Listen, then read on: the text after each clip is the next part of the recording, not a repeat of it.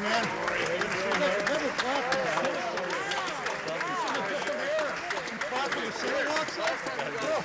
Thanks for having us.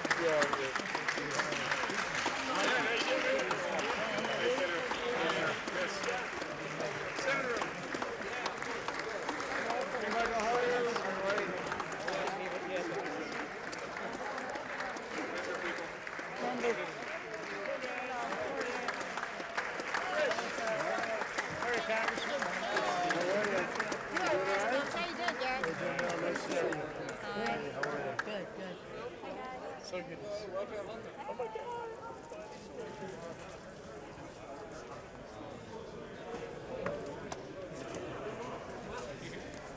Sorry, Mike. Oh my God.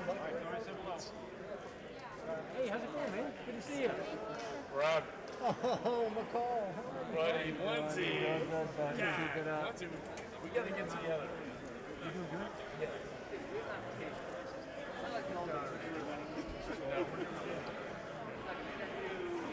You're not a minute. Right.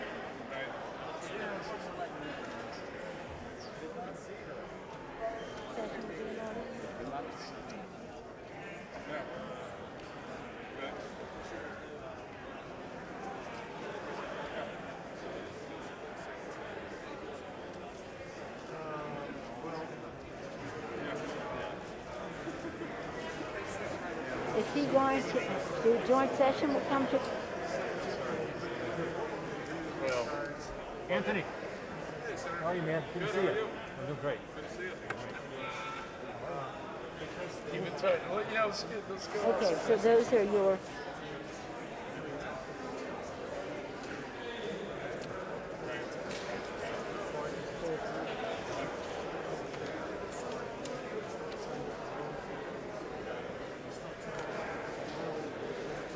Okay, here we are.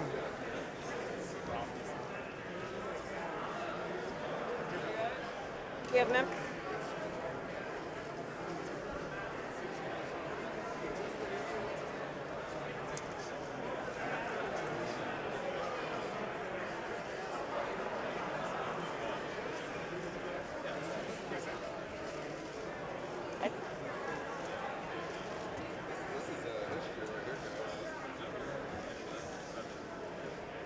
Hey, Brian, you tell your mentee she needs to follow Molly.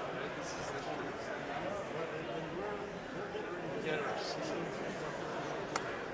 I know.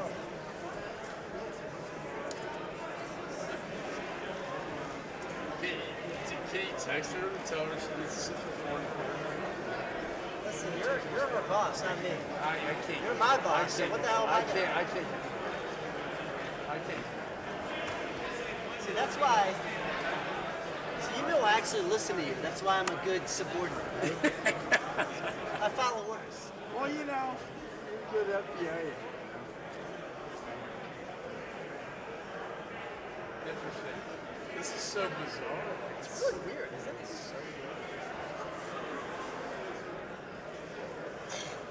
I said,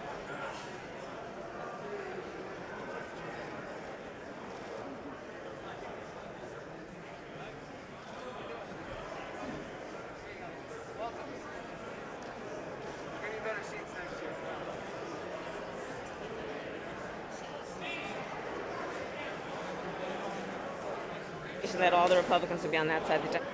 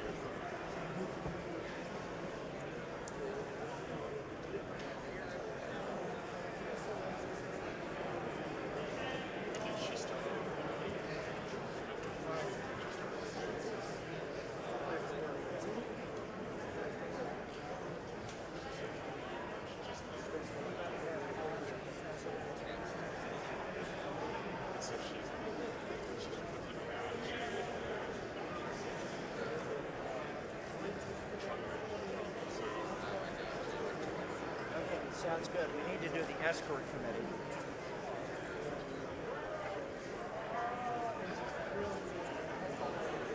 If it's, Yeah, man. man. Let's go, man. You do Good, it? all right? Yeah. You're gonna get the first fist bump of the president, huh? Oh, really? Is that how it works? Politics. Probably cost me my primary. But still, Right. it's so much more than that. Are we ready, guys? I don't know why they haven't done anything earlier. But Yeah, I've gotten, so this is my fourth primary. yeah. And I've had 3 primaries so far, 3 intense generals. Yeah. When's your primary?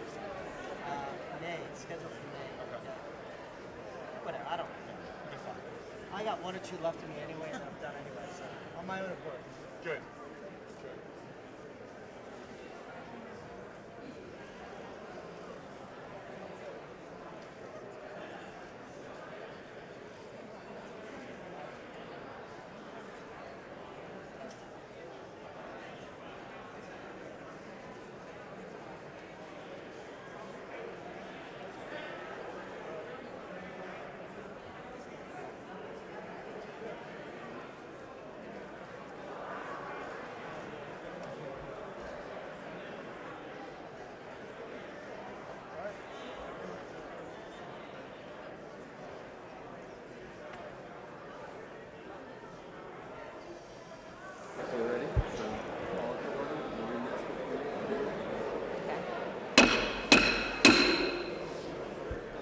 The joint session will come to order.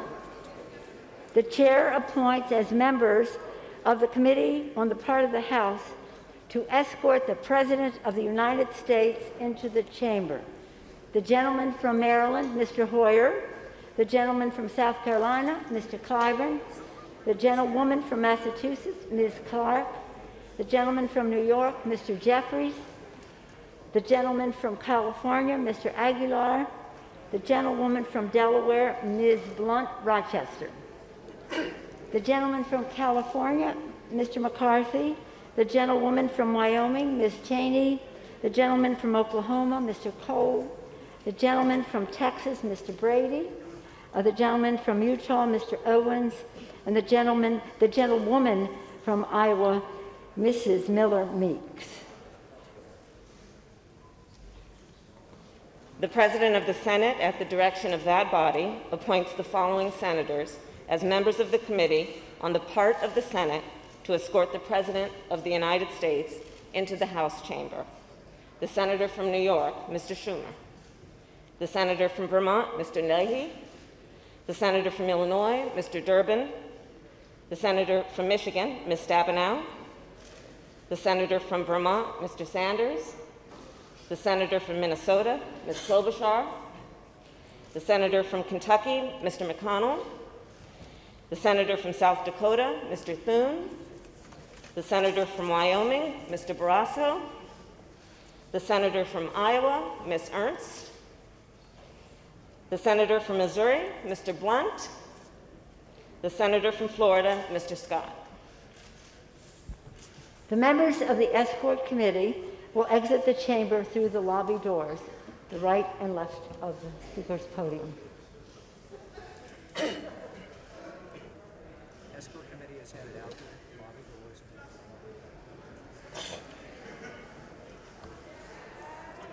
Everybody, please bear in mind.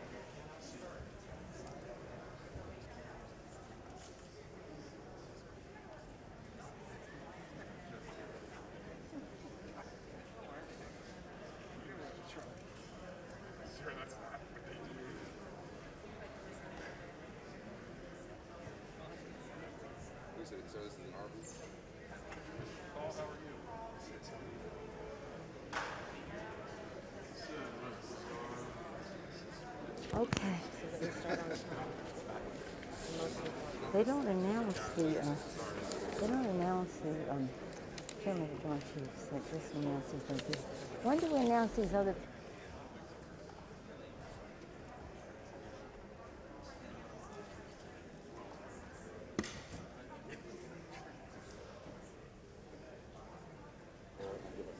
Is there?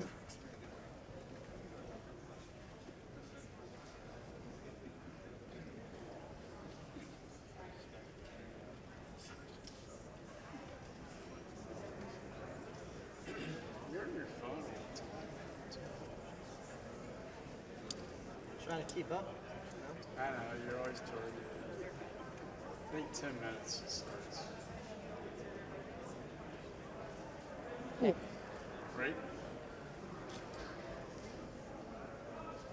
Just talking to McConnell. How's Linda doing? I had a good talk with McConnell. I said, you know, Where I is said, you know what? I said, your speech on certification was the best. Yeah, but it's causing him a hell of a lot of grief. Well, but he's right. He's right, totally right. 100%.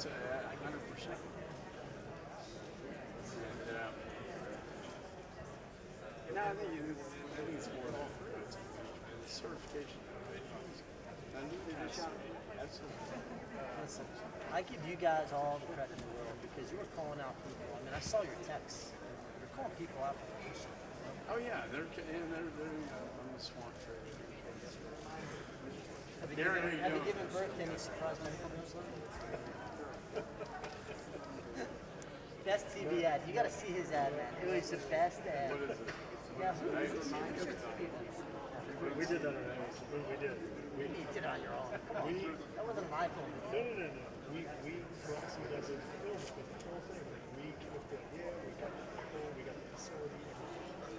I'm serious. We did it. So our chief of staff, me, and our deputy, like all year long, we sit there and we keep it running email. Like, hey, what if we? Now that one, we came up last, and our chief of staff, he came up with a concept, and then the deputy and I took it, and we. Although I gotta tell you, like in my district, I couldn't have got away with that because I'm in a D5 district, right? You might take the baby, you're like, oh, the baby. That would have sunk me. That would have totally sunk me.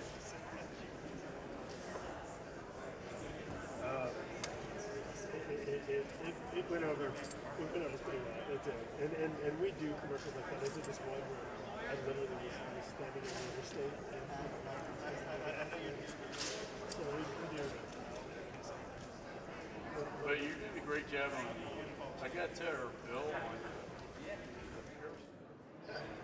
total home run.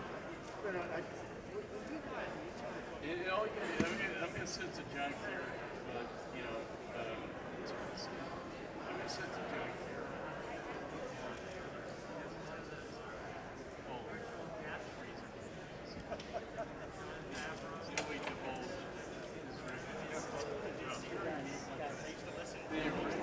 Okay, now.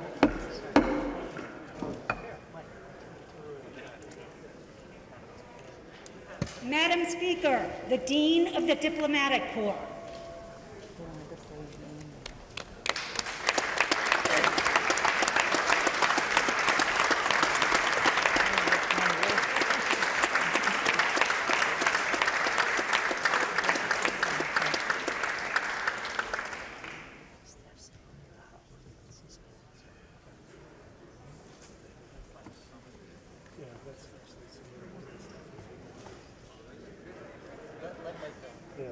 So,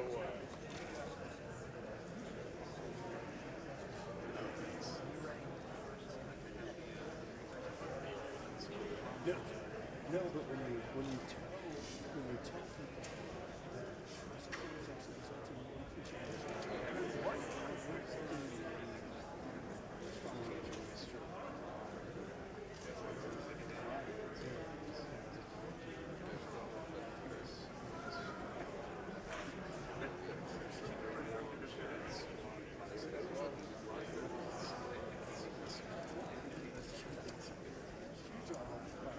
we get to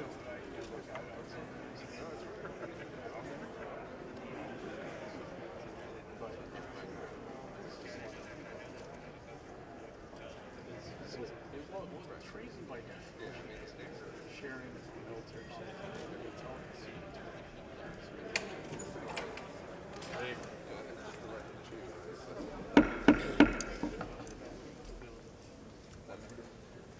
This is the death. Madam Speaker, the Chief Justice of the Supreme Court.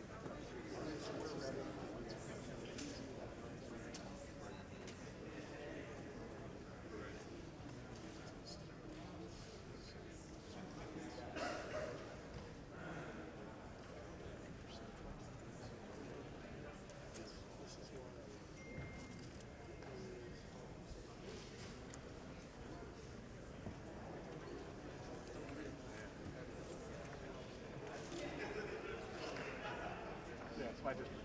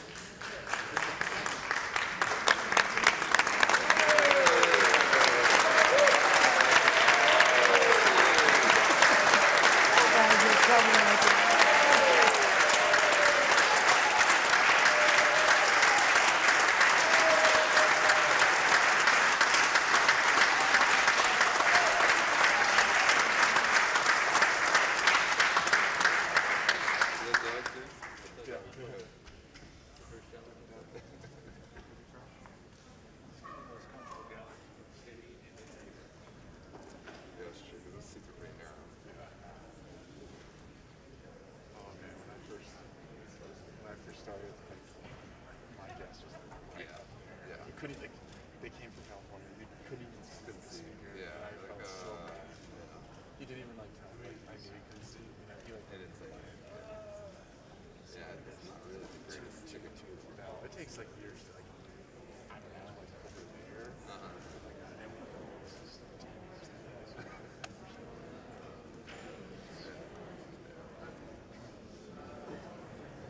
I didn't realize that we even did that by St. Louis. I guess because my guess was up there last time. Yeah. In the corner.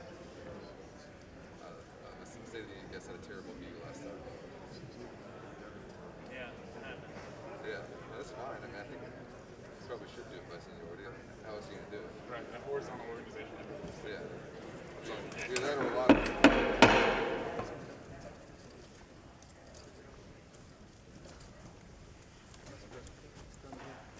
Madam Speaker, representatives of the President's Cabinet.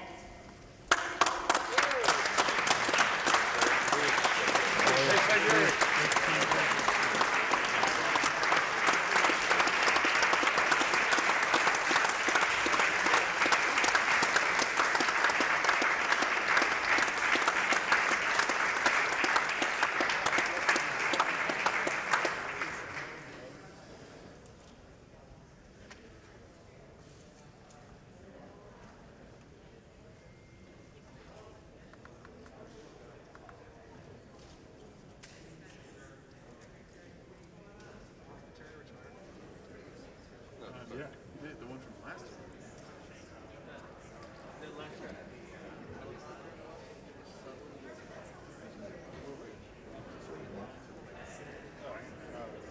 Where was it?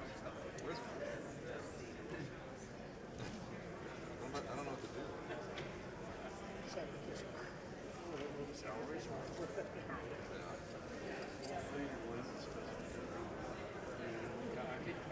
Copy the speech. That's right. Obama would always have a Obama would always have a copy. Yeah. They might have one of the copies. Like Obama, remember we always and you'll see the press has it. Yeah, you can see they have it. It's a little distracting. So like the. Well, I wanted to see if we could sign it. Yeah, that's what Obama would do. Get a book. Obama had like a nice bound. Oh, really? Yeah. Oh, wow.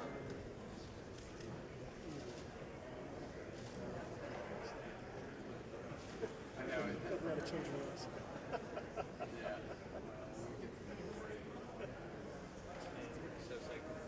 No, I love Yeah. I may fall asleep during this. If I fall asleep, somebody. Yeah. It's a perfect crowd. Yeah. We got This is number 2 just happened. Yeah. This is speaking. No problem. No problem. No problem. I'll sit in the middle seat. You know, like, all flights going. I'm sorry, I'm going to stay here for a week. You want me to, like, D-trip needs me. so D-trip emergency. Planes can't take off. Is that this summer? Well, the thing about that, Just standing.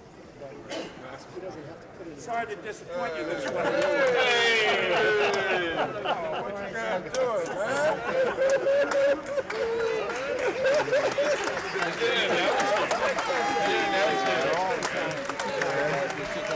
Thank you guys. Appreciate it.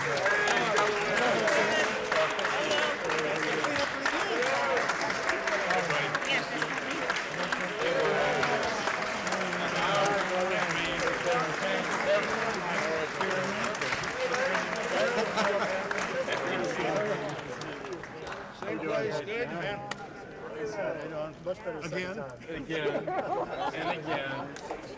And again. Senator, you did a great job. Great entry.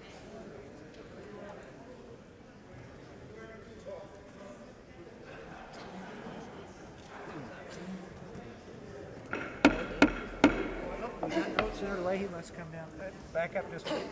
Still got a few more here. Hey, Senator.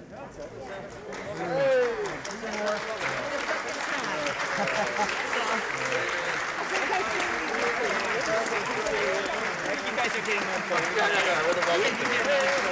How are you? Good to see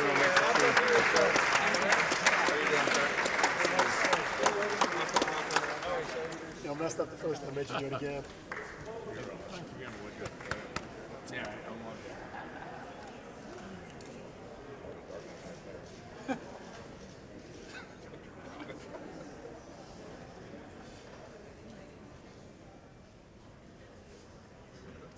Okay, we are ready in the chamber. The escort committee has taken their place, so we are ready for photos. You gonna do it live?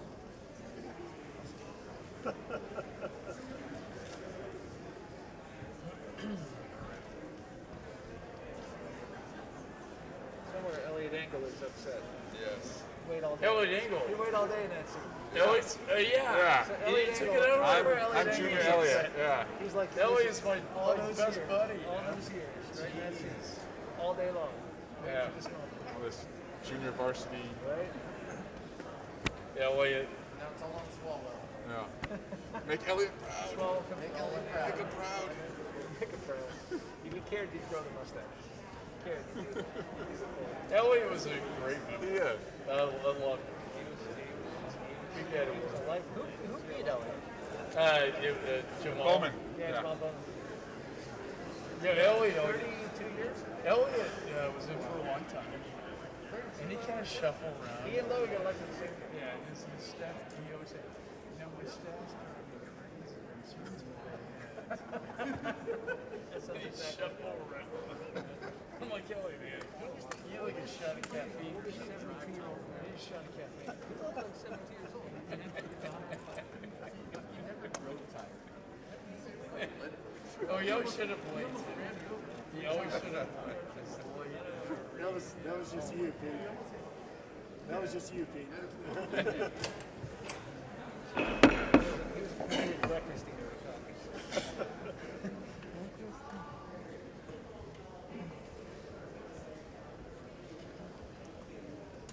Here's the sergeant. Another gavel.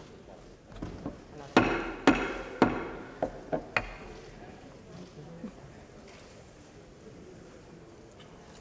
Madam Speaker, the President of the United States.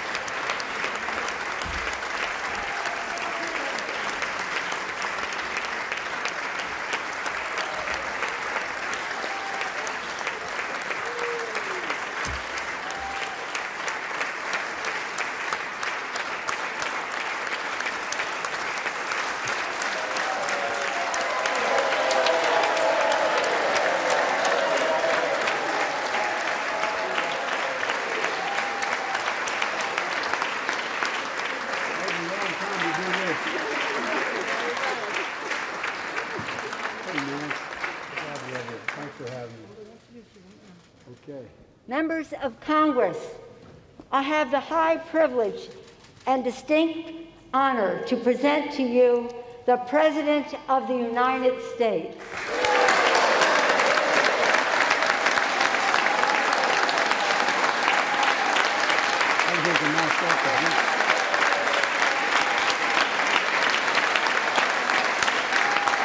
Thank you. Thank you, thank you, thank you. Good to be back.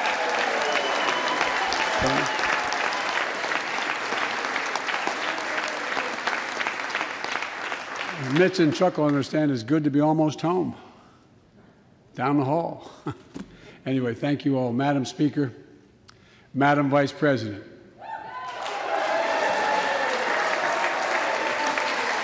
No president has ever said those words from this podium. No president has ever said those words, and it's about time.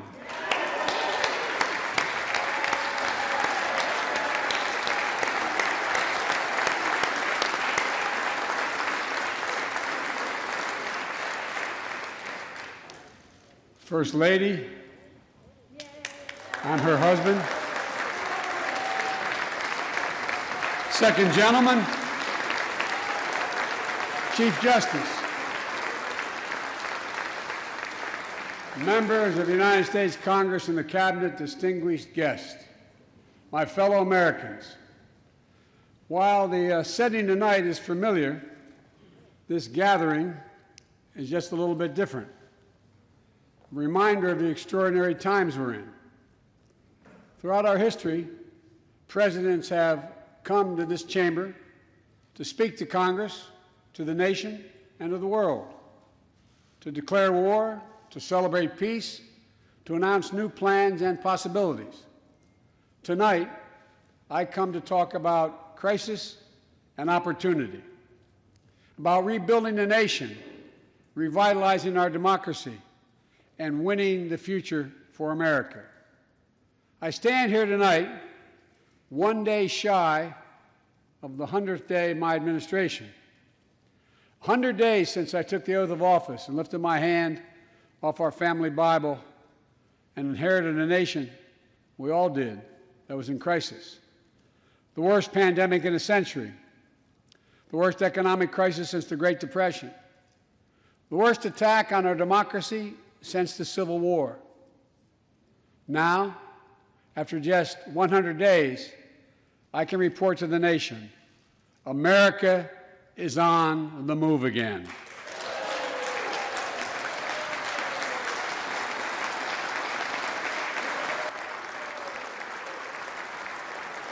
Turning peril into possibility, crisis to opportunity, setbacks into strength.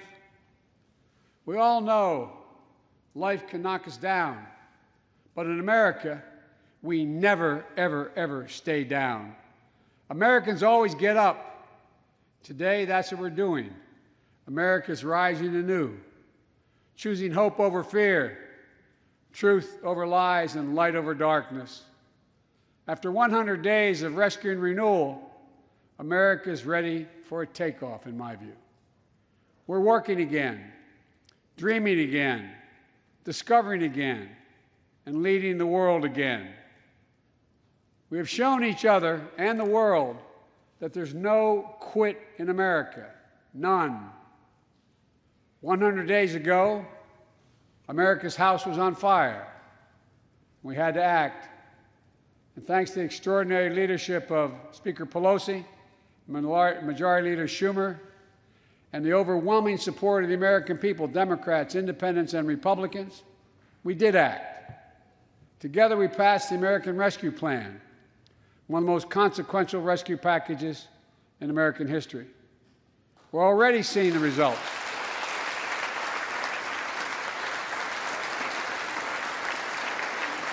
We're already seeing the results.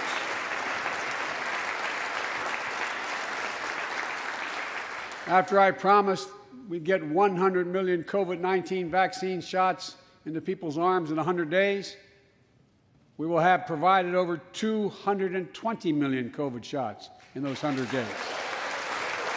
Thanks to all the help of all of you.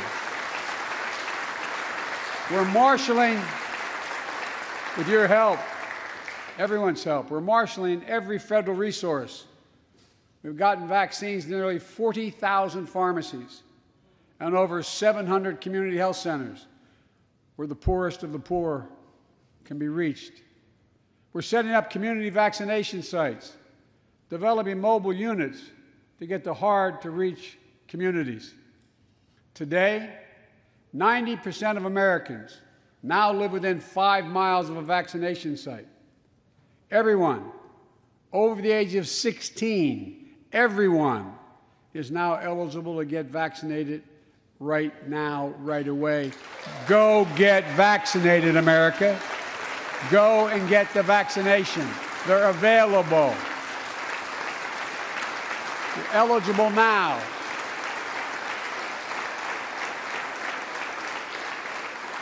When I was sworn in on January 20th, less than 1% of the seniors in America were fully vaccinated against COVID-19.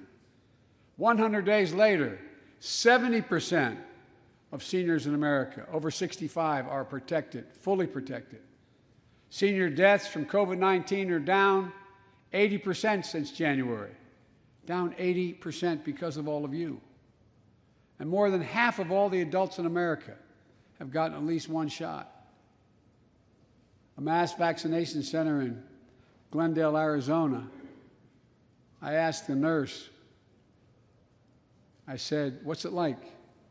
She looked at me and she said, "It's like every shot is giving a dose of hope," was her phrase, a dose of hope. A dose of hope for an educator in Florida who has a child suffering from an autoimmune disease. Wrote to me, said she's worried, and she was worried about bringing the virus home.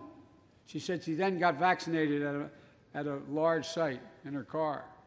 She said she sat in her car when she got vaccinated and just cried. Cried out of joy and cried out of relief. Parents, seeing the smiles on their kids' faces for those who are able to go back to school because the teachers and school bus drivers and cafeteria workers have been vaccinated. grandparents hugging their children and grandchildren instead of pressing hands against a window to say goodbye. It means everything. Those things mean everything. You know, there's still, you all know it, you know it better than any group of Americans, there's still more work to do to beat this virus. We can't let our guard down. But tonight, I can say, because of you, the American people, our progress these past 100 days against one of the worst pandemics in history has been one of the greatest logistical achievements this country's ever seen. What else have we done in those first 100 days? We kept our commitment, Democrats and Republicans, of sending $1,400 rescue checks to 85% of American households. We've already sent more than 160 million checks out the door. It's making a difference. You all know it when you go home. For many people, it's making all the difference in the world. The single mom in Texas who wrote me, she said she couldn't work, but she said the relief check put food on the table and saved her and her son from eviction from their apartment. A grandmother in Virginia who told me she immediately took her granddaughter to the eye doctor, something she said she put off for months because she didn't have the money. One of the defining images, at least from my perspective in this crisis, has been cars lined up for miles. And not people just barely able to start those cars, nice cars, lined up for miles, waiting for a box of food to be put in their trunk. I don't know about you, but I didn't ever think I'd see that in America. And all of this is through no fault of their own. No fault of their own, these people are in this position. That's why the rescue plan is delivering food and nutrition assistance to millions of Americans facing hunger. And hunger is down sharply already. We're also providing rental assistance. You all know this, but the American people, I want to make sure they understand. Keeping people from being evicted from their homes. Providing loans to small businesses that reopen and keep their employees on the job. During these 100 days, an additional 800,000 Americans enrolled in the Affordable Care Act when I established a special sign-up period to do that. 800,000 in that period. We're making one of the largest one-time ever investments, ever, in improving health care for veterans. Critical investments to address the opioid crisis. And maybe most importantly, thanks to the American Rescue Plan, we're on track to cut child poverty in America in half this year.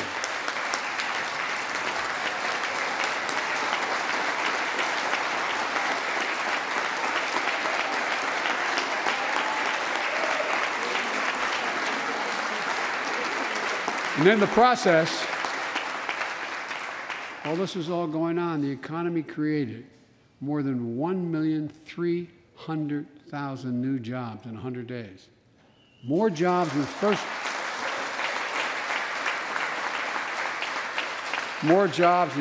100 days than any president on record. The International Monetary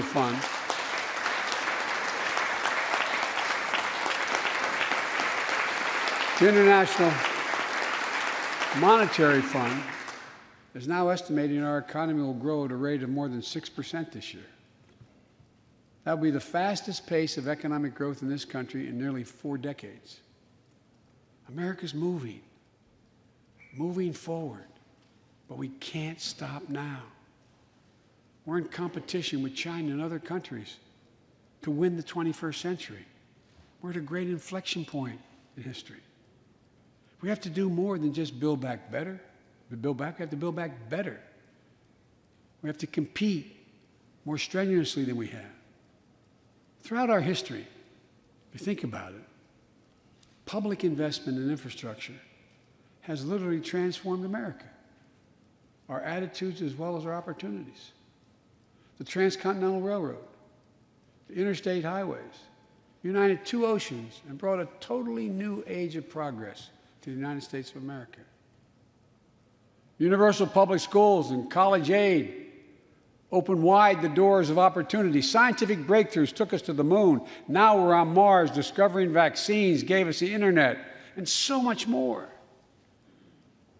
These are investments we made together as one country, and investments that only the government was in a position to make. Time and again, they propel us into the future.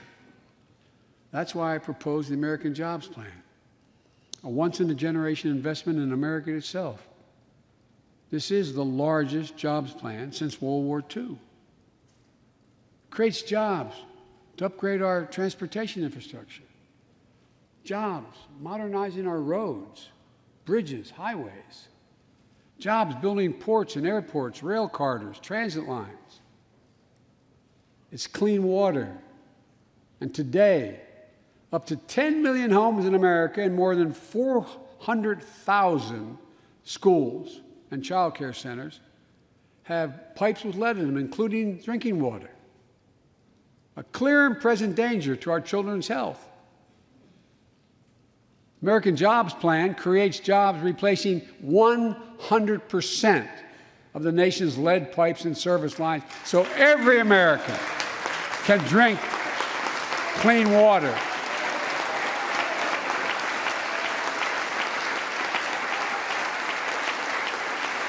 And in the process, will create thousands and thousands of good-paying jobs.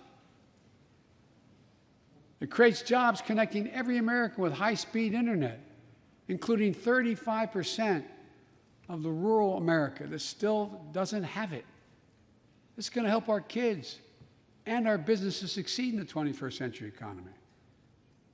And I'm asking the Vice President to lead this effort, if she would, because I know it will get done. Creates jobs building a modern power grid.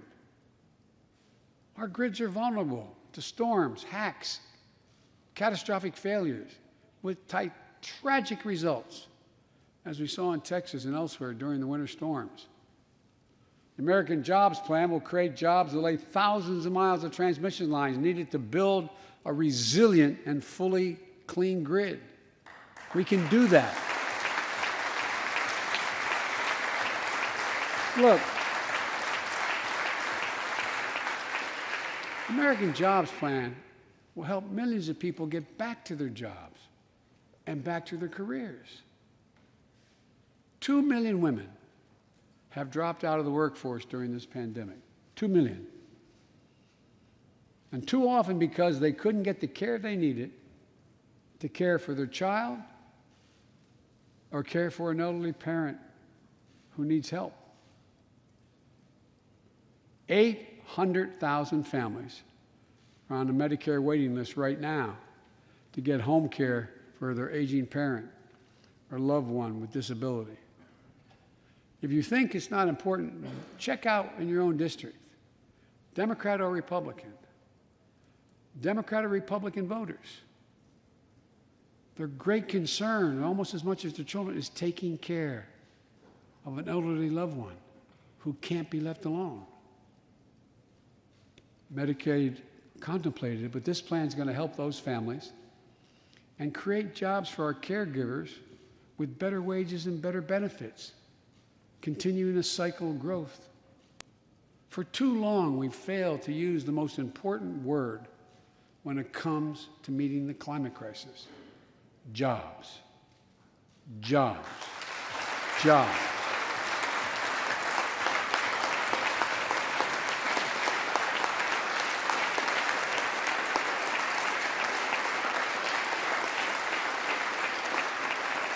For me, when I think climate change, I think jobs.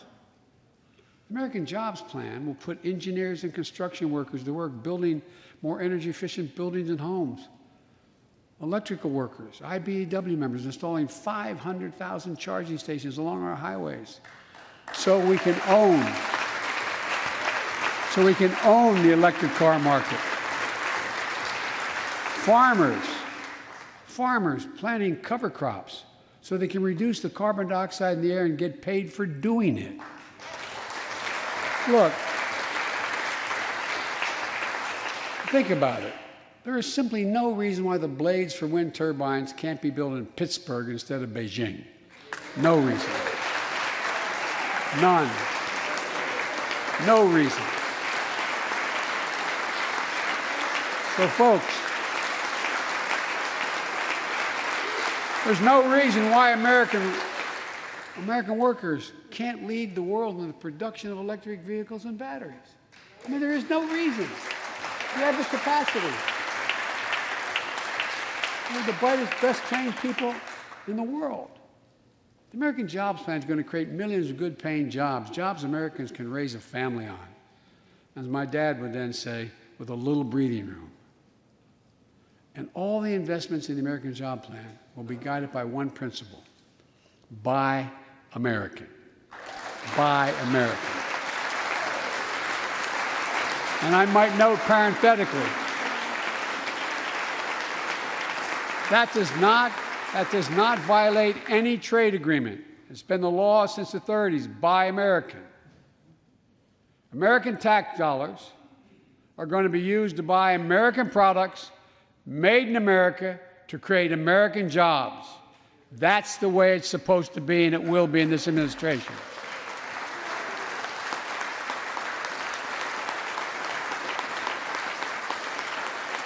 And I made it clear to all my cabinet people, their ability to give exemptions has been strenuously limited. It will be American products. Now, I know some of you at home are wondering whether these jobs are for you. So many of you, so many of the folks I grew up with, feel left behind, forgotten, in an economy that's so rapidly changing. It's frightening. I want to speak directly to you, because you think about it. That's what people are most worried about. Can I fit in? Independent experts estimate the American Jobs Plan will add millions of jobs and trillions of dollars to economic growth in the years to come. It is an 8-year program. These are good-paying jobs that can't be outsourced. Nearly 90% of the infrastructure jobs created in the American Jobs Plan do not require a college degree. 75% don't require an associate's degree.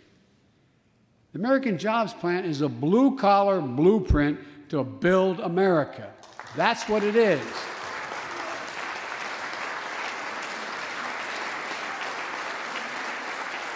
And it recognizes something I've always said in this chamber and the other. Good guys and women on Wall Street, but Wall Street didn't build this country. The middle class built the country, and unions built the middle class. So that's why I'm calling on Congress to pass Protect the Right to Organize Act, the PRO Act, and send it to my desk so we can support the right to unionize. And by the way, while you're thinking about sending things to my desk, let's raise the minimum wage to $15. No one working 40 hours a week, no one working 40 hours a week should live below the poverty line. We need to ensure greater equity and opportunity for women. And while we're doing this, let's get the Paycheck Fairness Act to my desk as well, equal pay. It's been much too long. And if you wonder whether it's too long, look behind me. And finally, the American Jobs Plan will be the biggest increase in non-defense research and development on record. We'll see more technological change. And some of you know more about this than I do. We'll see more technological change in the next 10 years than we saw in the last 50. That's how rapidly artificial intelligence and so much more is changing. And we're falling behind the competition with the rest of the world. Decades ago, We used to invest 2% of our gross domestic product in America, 2% of our gross domestic product in research and development. Today, Mr. Secretary, that's less than 1%. China and other countries are closing in fast. We have to develop and dominate the products and technologies of the future. Advanced batteries, biotechnology, computer chips, clean energy.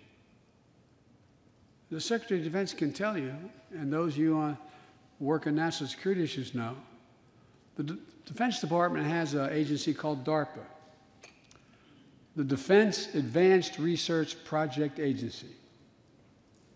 The people who set up before I came here, and that's been a long time ago, to develop breakthroughs that enhance our national security. That's their only job. And it's a semi-separate agency. It's under the Defense Department. It's led to everything from the discovery of the internet to GPS and so much more that's enhanced our security.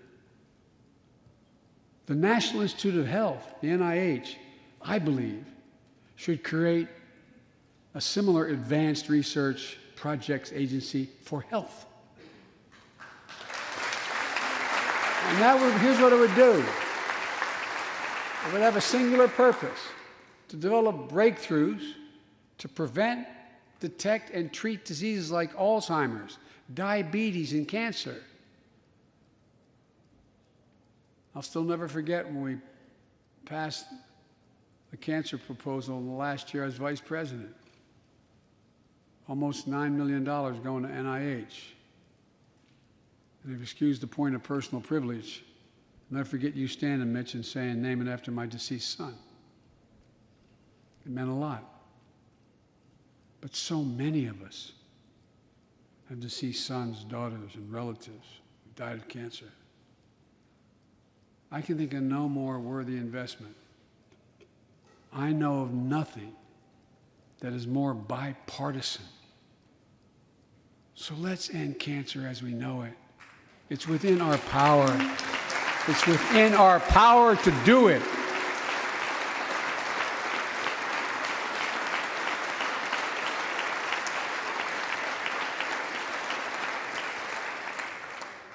Investments in jobs and infrastructure like the ones we're talking about have often had bipartisan support in the past.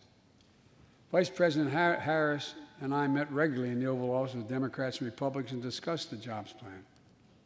And I applaud a group of Republican senators who just put forward their own proposal. So let's get to work. I wanted to lay out before the Congress my plan before we got into the deep discussions. I'd like to meet with those who have ideas that are different, they think are better. I welcome those ideas. But the rest of the world is not waiting for us. I just want to be clear. From my perspective, doing nothing is not an option.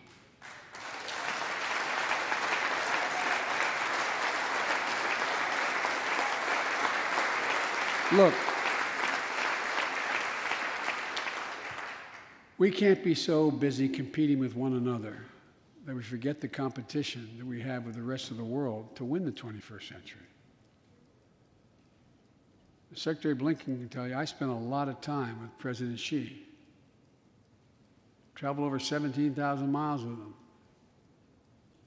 Spent, they tell me, over 24 hours in private discussions with him. When he called to congratulate him, we had a 2-hour discussion. He's deadly earnest about becoming the most significant, consequential nation in the world. He and others, autocrats, think that democracy can't compete in the 21st century with autocracies because it takes too long to get consensus. To win that competition for the future, in my view, we also need to make a once-in-a-generation investment in our families and our children. That's why I've introduced the American Families Plan tonight, which addresses 4 of the biggest challenges facing American families and in turn America. First is access to good education. When this nation made 12 years of public education universal in the last century, it made us the best educated, best prepared nation in the world. It's, I believe, the overwhelming reason that propelled us to where we got in the 20th century. But the world's caught up or catching up. They're not waiting. I would say parenthetically, if we were sitting down, we set a bipartisan committee together and said, okay, we're going to decide what we do in terms of government providing for free education. I wonder whether we'd think, as we did in the 20th century, that 12 years is enough in the 21st century. I doubt it. 12 years is no longer enough today to compete with the rest of the world in the 21st century. That's why my American Families Plan guarantees 4 additional years of public education for every person in America, starting as early as we can. The great universities in this country have conducted studies of the last 10 years.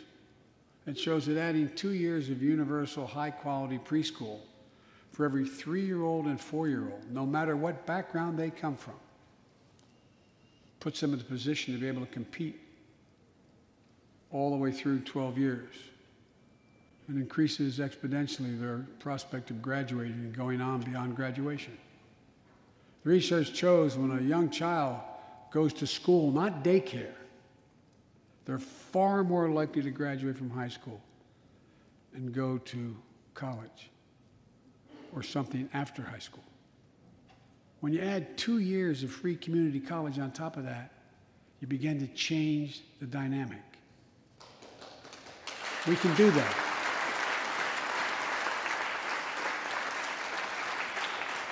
And we'll increase Pell Grants and invest in historical black colleges and universities, tribal colleges, minority-serving institutions. The reason is they don't have the endowments. But their students are just as capable of learning about cybersecurity, just as capable of learning about metallurgy, all the things that are going on that provide those jobs of the future. Jill is a community college professor who teaches today as First Lady. She's long said,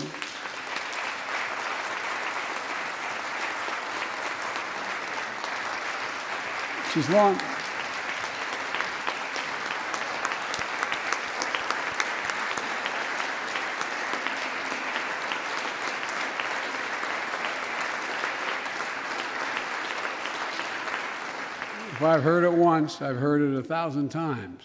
Joe, any country that out-educates us is going to outcompete us. She'll be deeply involved in leading this effort. Thank you, Jill. Second thing we need, American Families Plan will provide access to quality, affordable child care. We guarantee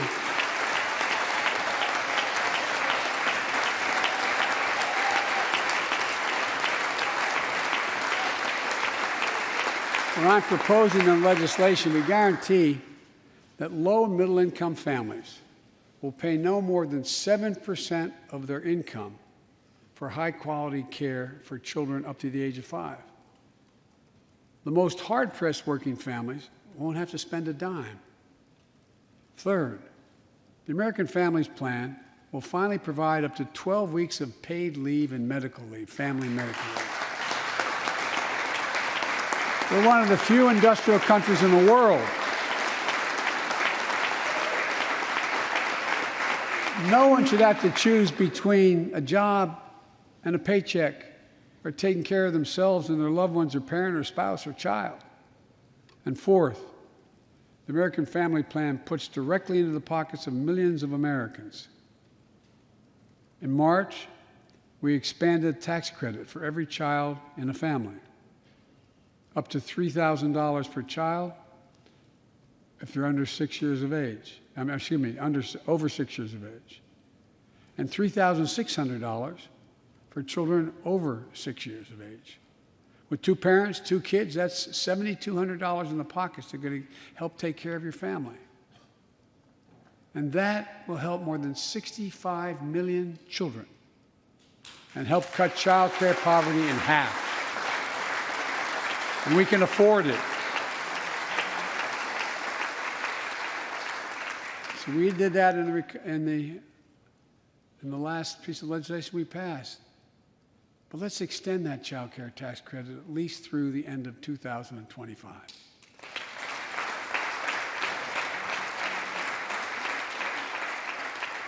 The American Rescue Plan lowered health care premiums for 9 million Americans who buy their coverage under the Affordable Care Act. I know that's really popular this side of the aisle. But let's make that provision permanent so their premiums don't go back up.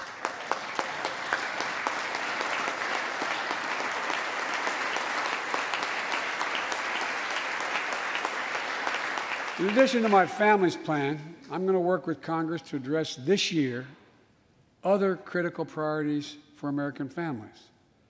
The Affordable Care Act has been a lifeline for millions of Americans, protecting people with pre-existing conditions, protecting women's health, and the pandemic has demonstrated how badly it's needed.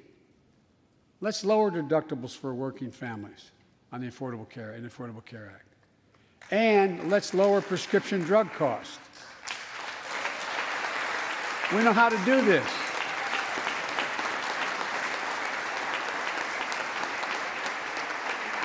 The last president had that as an objective. We all know how outrageously expensive drugs are in America. In fact, we pay the highest prescription drug prices of anywhere in the world, right here in America. Nearly 3 times for the same drug, nearly 3 times what other countries pay. We have to change that, and we can. Let's do what we talked about for all the years I was down here in this body, in Congress. Let's give Medicare the power to save hundreds of billions of dollars by negotiating lower drug prescription prices.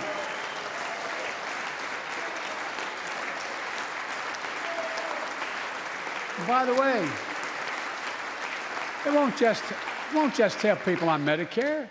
Lower prescription drug costs for everyone.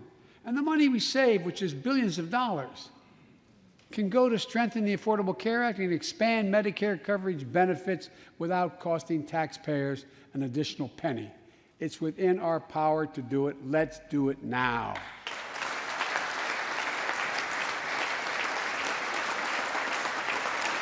We've talked about it long enough, Democrats and Republicans. Let's get it done this year. This is all about a simple premise. Health care should be a right, not a privilege in America.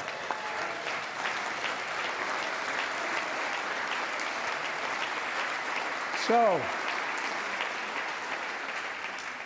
how do we pay for my jobs and family plan? I made it clear we can do it without increasing the deficits. Let's start with what I will not do. I will not impose any tax increase on people making less than $400,000.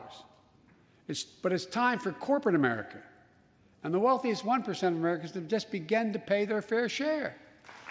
Just their fair share.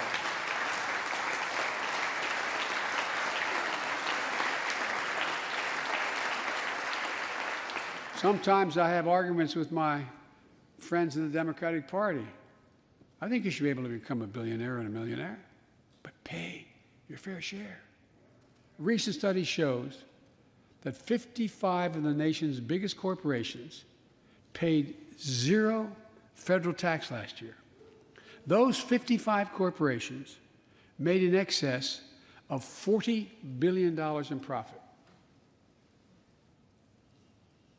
A lot of companies also evade taxes through tax havens in Switzerland and Bermuda and the Cayman Islands. And they benefit from tax loopholes and deductions for offshoring jobs and shifting profits overseas. It's not right. We're going to reform corporate taxes so they pay their fair share and help pay for the public investments their businesses will benefit from as well.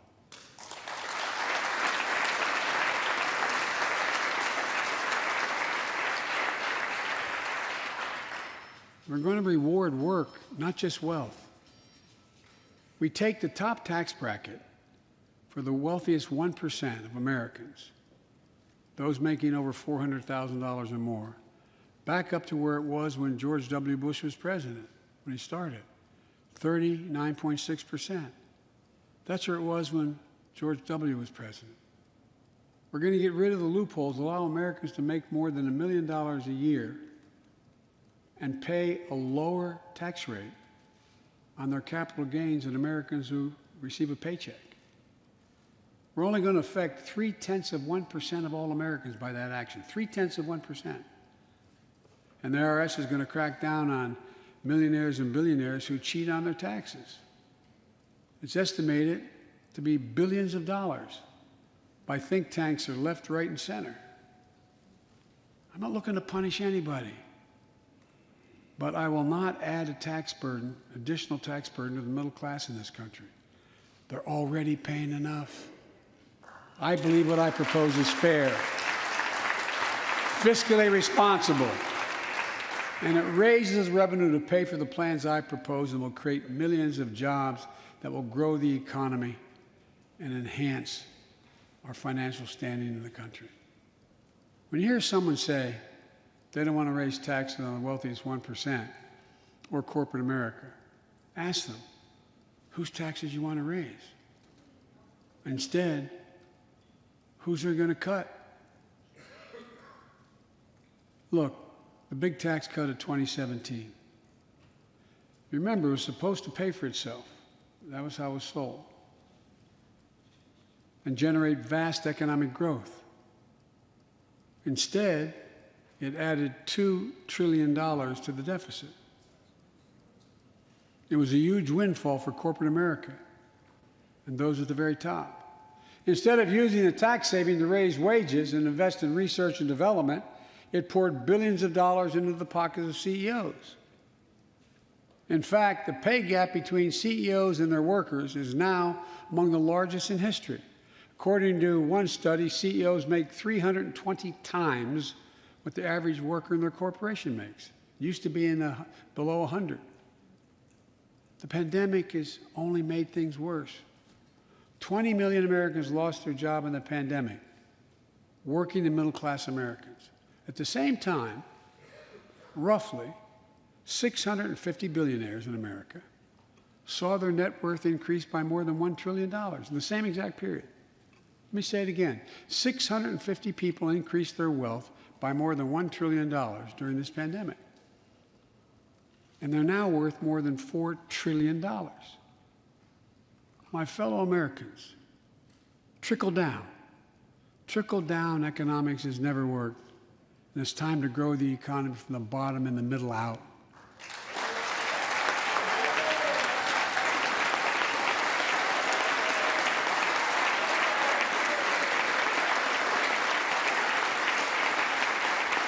You know, there's a broad consensus of economists left, right, and center, and they agree what I'm proposing will help create millions of jobs and generate historic economic growth. These are among the highest values investments we can make as a nation. I've often said our greatest strength is the power of our example, not just the example of our power. In my conversations with world leaders, and I've spoken to over 38, 40 of them now, I've made it known that America's back. And you know what they say? The comment I hear most of all from them? So they say, we see America's back, but for how long? But for how long? My fellow Americans, we have to show not just that we're back, but that we're back to stay, and that we aren't going to go it alone. We're going to do it by leading with our allies. No one nation can deal with all the crises of our time, from terrorism to nuclear proliferation, mass migration, cybersecurity, climate change, as well as what we're experiencing now, pandemics. There's no wall high enough to keep any virus out. And our own vaccine supply, as it grows to meet our needs, and we're meeting them, will become an arsenal for vaccines for other countries, just as America is an arsenal for democracy for the world. and in consequence influence the world. But every American will have access before that occurs. Every American will have access to be fully covered by COVID-19 from the vaccines we have. Look, the climate crisis is not our fight alone, it's a global fight. The United States accounts, as all of you know, less than 15% of carbon emissions. The rest of the world accounts for 85%.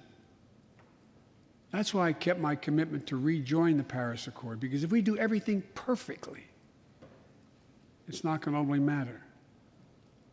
I kept my commitment to convene a climate summit right here in America with all the major economies of the world: China, Russia, India, European Union. And I said I'd do it in my first 100 days. I want to be very blunt about it. My attempt was to make sure that the world could see there was a consensus, that we are at an inflection point in history. The consensus is if we act to save the planet, we can create millions of jobs and economic growth and opportunity and raise the standard of living of almost everyone around the world. If you watched any of it and you were all busy, I'm sure you didn't have much time. That's what virtually every nation said, even the ones that aren't doing their fair share. The investments I proposed tonight also advance a foreign policy, in my view, that benefits the middle class. That means making sure every nation plays by the same rules in the global economy, including China. In my discussion with President Xi, I told him, we welcome the competition. We're not looking for conflict. But I made absolutely clear that we will defend America's interest across the board. America will stand up to unfair trade practices that undercut American workers and American industries, like subsidies from state to state-owned operations and enterprises, and the theft of American technology and intellectual property.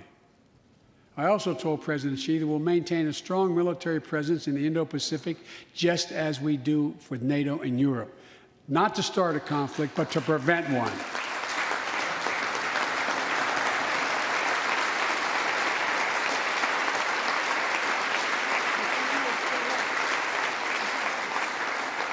I told them what I've said to many world leaders, that America will not back away from our commitments, our commitment to human rights and fundamental freedoms and to our alliances. And I pointed out to him, no responsible American president could remain silent when basic human rights are being so blatantly violated. An American president has to represent the essence of what our country stands for. America is an idea, the most unique idea in history. We are created, all of us, equal. It's who we are. And we cannot walk away from that principle and, in fact, say we're dealing with the American idea. With regard to Russia, I know it concerns some of you, but I made very clear to Putin that we're not going to seek escalation, but their actions will have consequences if they turn out to be true, and they turned out to be true. So I responded directly and proportionately to Russia's interference in our elections and the cyber attacks on our government and our business. They did both of these things, and I told them we would respond, and we have. But we can also cooperate when it's our mutual interest. We did it when we extended the New START Treaty on nuclear arms, and we're working to do it on climate change. But he understands we will respond. On Iran and North Korea, nuclear programs that present serious threats to American security and the security of the world.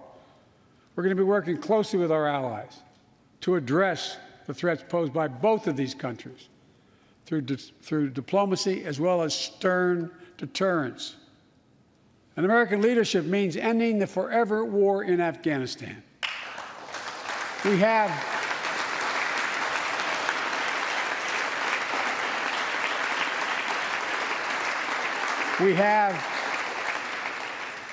without hyperbole, the greatest fighting force in the history of the world. I'm the first president in 40 years that knows what it means to have a son serving in a war zone. Today, we have service members serving in the same war zone as their parents did.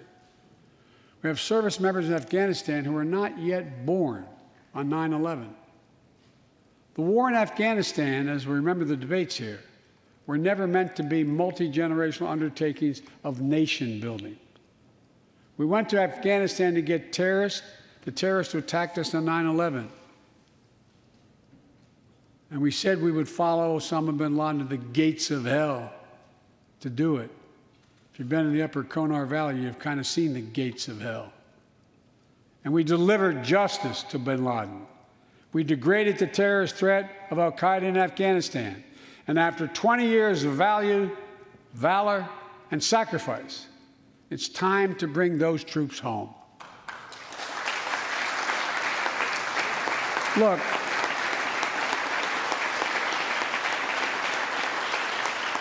even as we do, we'll maintain over-the-horizon capacity to suppress future threats to the homeland. And make no mistake, in 20 years, terrorism has metastasized. The threat has evolved way beyond Afghanistan. Those of you in the intelligence committees, the foreign relations committee, defense committees, you know well, we have to remain vigilant against the threats to the United States wherever they come from. Al-Qaeda and ISIS are in Yemen, Syria, Somalia, other places in Africa, in the Middle East, and beyond. And we won't ignore what our intelligence agencies have determined to be the most lethal terrorist threat to the homeland today. White supremacy is terrorism. We're not going to ignore that either. My fellow Americans, look, we have to come together to heal the soul of this nation. It was nearly a year ago before her father's funeral when I spoke with Gianna Floyd, George Floyd's young daughter. She's a little tyke, so I was kneeling down to talk to her so I could look her in the eye. She looked at me, she said, "My daddy changed the world." Well, after the conviction of George Floyd's murderer, we can see how right she was if we have the courage to act as a Congress. We've all seen the knee of injustice on the neck of Black Americans. Now's our opportunity to make some real progress. The vast majority of men and women wearing a uniform and a badge serve our communities, and they serve them honorably. I know them. I know they want...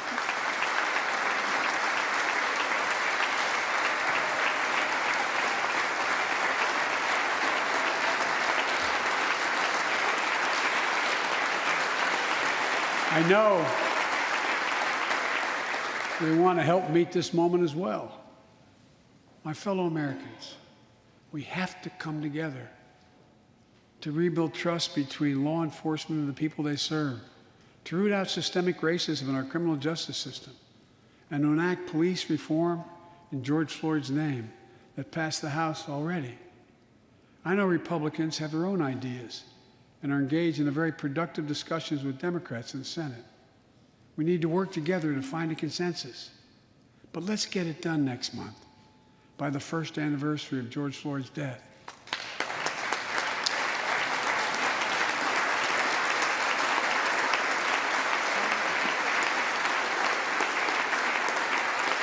The country supports this reform, and Congress should act. We have a giant opportunity to bend the arc of the moral universe toward justice, real justice. And with the plans outlined tonight, we have a real chance to root out systemic racism that plagues America and American lives in other ways. A chance to deliver real equity, good jobs, good schools, affordable housing, clean air, clean water, being able to generate wealth and pass it down through generations because you have access to purchase a house. Real opportunities in the lives of more Americans, Black, white, Latino, Asian Americans, Native Americans. Look, I also want to thank the United States Senate for voting 94-1 to pass the COVID-19 Hate Crimes Act to protect Asian American and Pacific Islanders. You acted. decisively.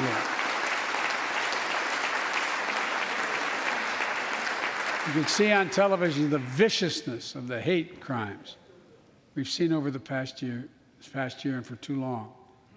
I urge the House to do the same and send that legislation to my desk, which I will gladly, anxiously sign. I also hope Congress will get to my desk the Equality Act to protect LGBTQ Americans. For all transgender Americans watching at home, especially young people, you're so brave. I want you to know your president has your back. Another thing, let's authorize the Violence Against Women Act, which has been law for 27 years.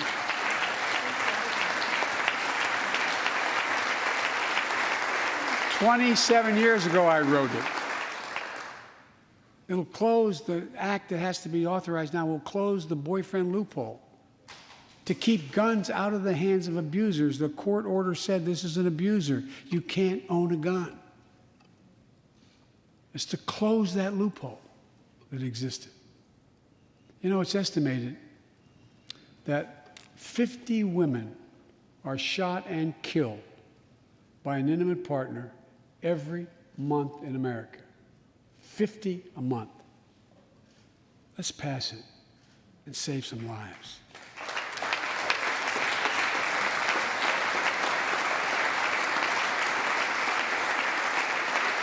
And I need not tell anyone this, but gun violence has become an epidemic in America. The flag at the White House was still flying at half-mast for the 8 victims of the mass shooting in Georgia, when 10 more lives were taken in a mass shooting in Colorado. And in the week in between those two events, 250 other Americans were shot dead in the streets of America. 250 shot dead. I know how hard it is to make progress on this issue. In the 90s, we passed universal background checks, a ban on assault weapons and high-capacity magazines that hold 100 rounds that can be fired off in seconds. We beat the NRA. Mass shootings and gun violence declined. Check out the report over 10 years. But in the early 2000s, the law expired. We've seen daily bloodshed since. I'm not saying if the law continued, we wouldn't see bloodshed. More than 2 weeks ago in the Rose Garden, surrounded by some of the bravest people I know, the survivors and families who lost loved ones to gun violence, I laid out several of the Department of Justice actions that are being taken to impact on this epidemic. One of them is banning so-called ghost guns. These are homemade guns built from a kit that includes directions how to finish the firearm. The parts have no serial numbers, so they show up at crime scenes and they can't be traced. The buyers of these ghost gun kits aren't required to pass any background check. Anyone, from a criminal or terrorist, could buy this kit and within 30 minutes have a weapon that's lethal, but no more. And I'll do everything in my power to protect the American people from this epidemic of gun violence, but it's time for Congress to act as well. Look,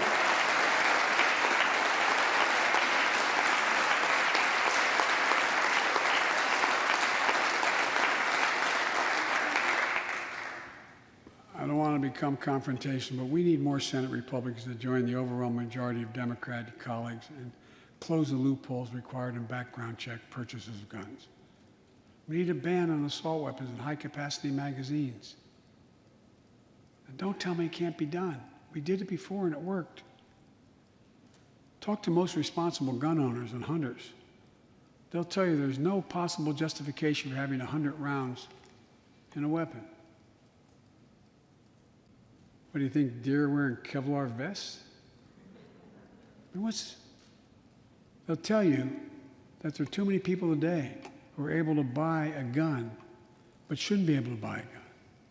These kinds of reasonable reforms have overwhelming support from the American people, including many gun owners. The country supports reform, and Congress should act.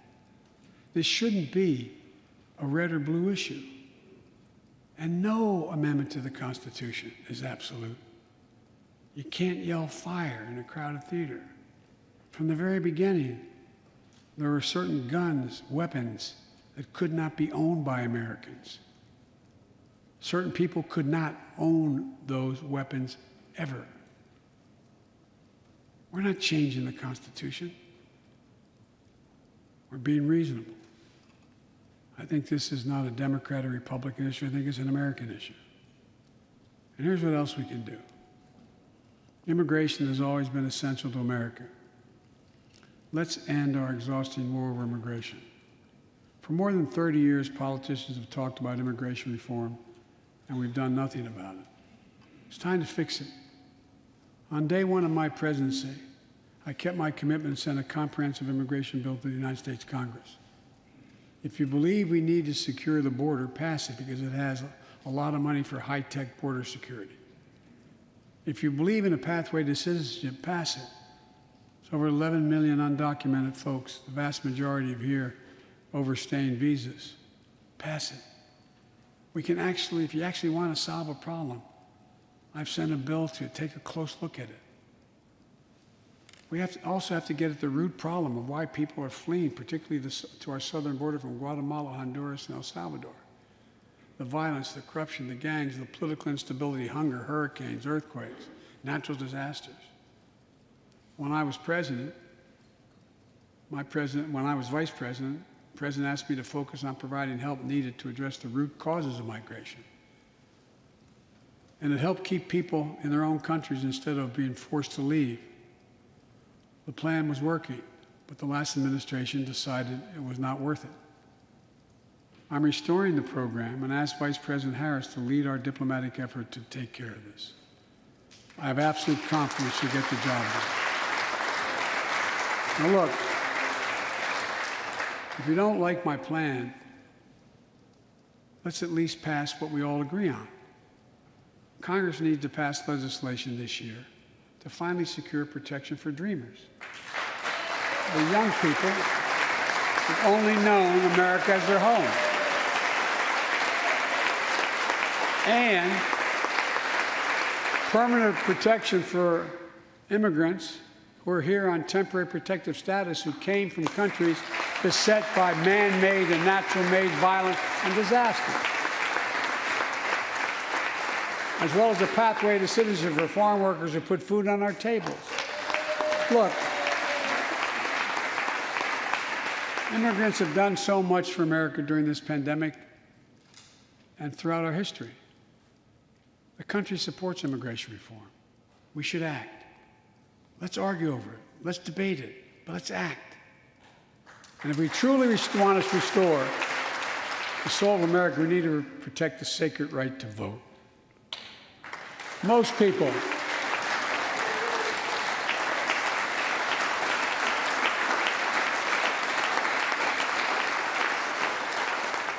more people voted in the last presidential election than any time in American history, in the middle of the worst pandemic ever. It should be celebrated. Instead, it's being attacked. Congress should pass H.R. 1 and the John Lewis Voting Rights Act and send it to my desk right away.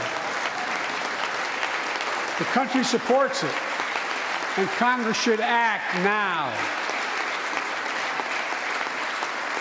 Look, in conclusion, as we gather here tonight, the image of a violent mob assaulting this Capitol, desecrating our democracy, remain vivid in all our minds. Lives were put at risk, many of your lives. Lives were lost. Extraordinary courage was summoned. The insurrection was an existential crisis, a test of whether our democracy could survive, and it did. But the struggle is far from over. The question of whether our democracy will long endure is both ancient and urgent. As old as our republic, still vital today. Can our democracy deliver on its promise that all of us, created equal in the image of God, had a chance to lead lives of dignity, respect, and possibility? Can our democracy deliver to the most pressing needs of our people? Can our democracy overcome the lies, anger, hate, and fears that have pulled us apart? America's adversaries, the autocrats of the world, are betting we can't And I promise you they're betting we can't. They believe we're too full of anger and division and rage. They look at the images of the mob that assaulted the Capitol as proof that the sun is setting on American democracy. But they're wrong. You know it, I know it. But we have to prove them wrong. We have to prove democracy still works, that our government still works, and we can deliver for our people. In our first 100 days together, we've acted to restore people's faith in democracy to deliver. We're vaccinating the nation. We're creating hundreds of thousands of new jobs. We're delivering real results to people. They can see it, feel it in their own lives. Opening doors of opportunity, guaranteeing some more fairness and justice. That's the essence of America. That's democracy in action. Our Constitution opens with the words, as trite as it sounds, we the people. Well, it's time to remember that we the people are the government. You and I. Not some force in a distant capital. Not some powerful force that we have no control over. It's us. It's we the people. In another era, when our democracy was tested, Franklin Roosevelt reminded us, in America, we do our part. We all do our part. That's all I'm asking. That we do our part, all of us. And if we do that, we will meet the center challenge of the age by proving that democracy is durable and strong. Autocrats will not win the future. We will. America will. And the future belongs to America.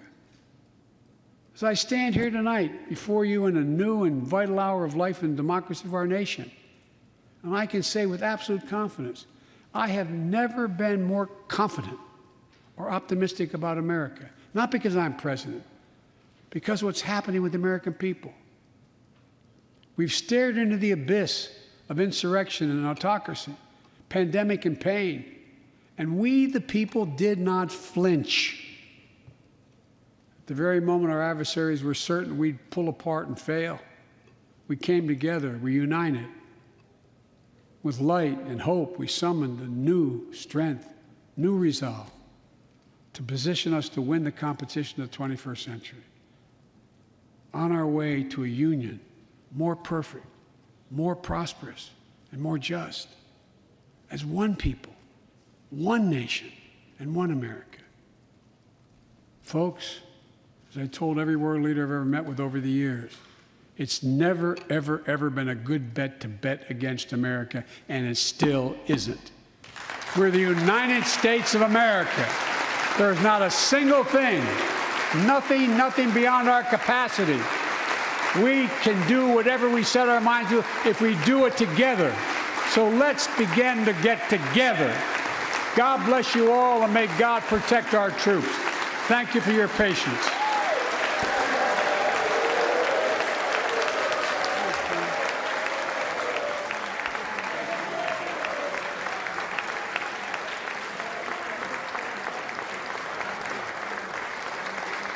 Thank you. Thank you.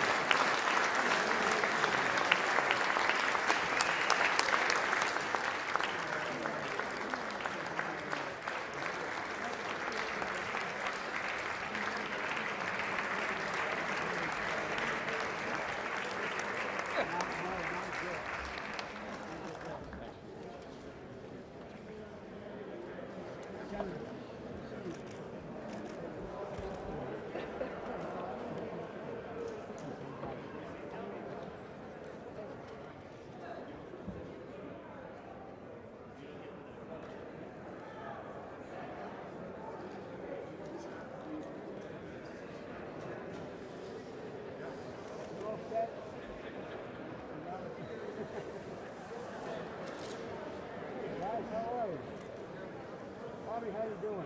Good. How's Mom? Good. Give her my love. Watch out for that one. Be nice to her. Stanton. Thanks.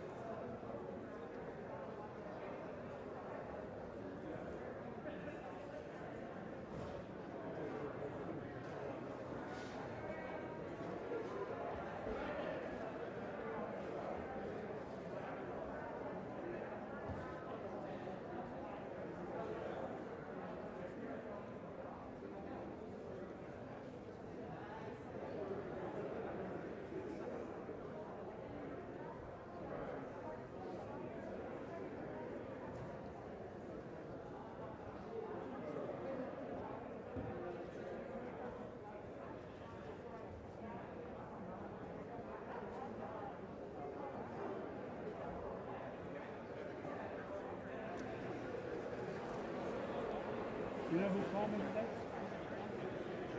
Right, Rev.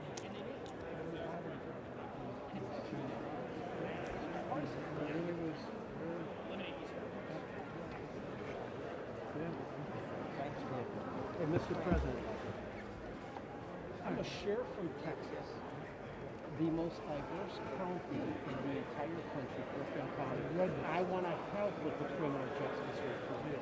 I want to be part of it.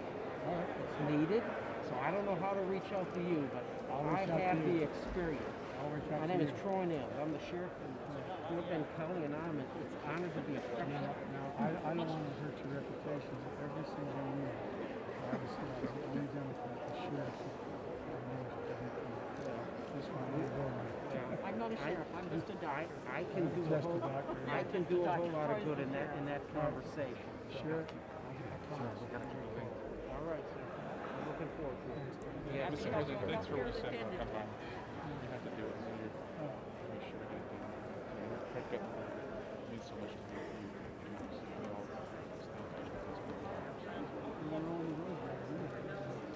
By the way, Jim, I don't like that.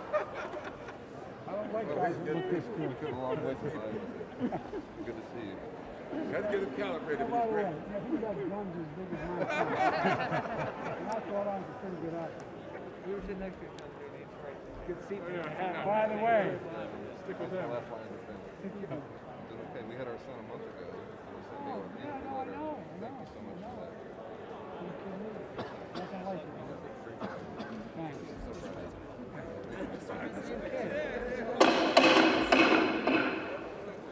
The chair declares the joint session of the two houses now dissolved.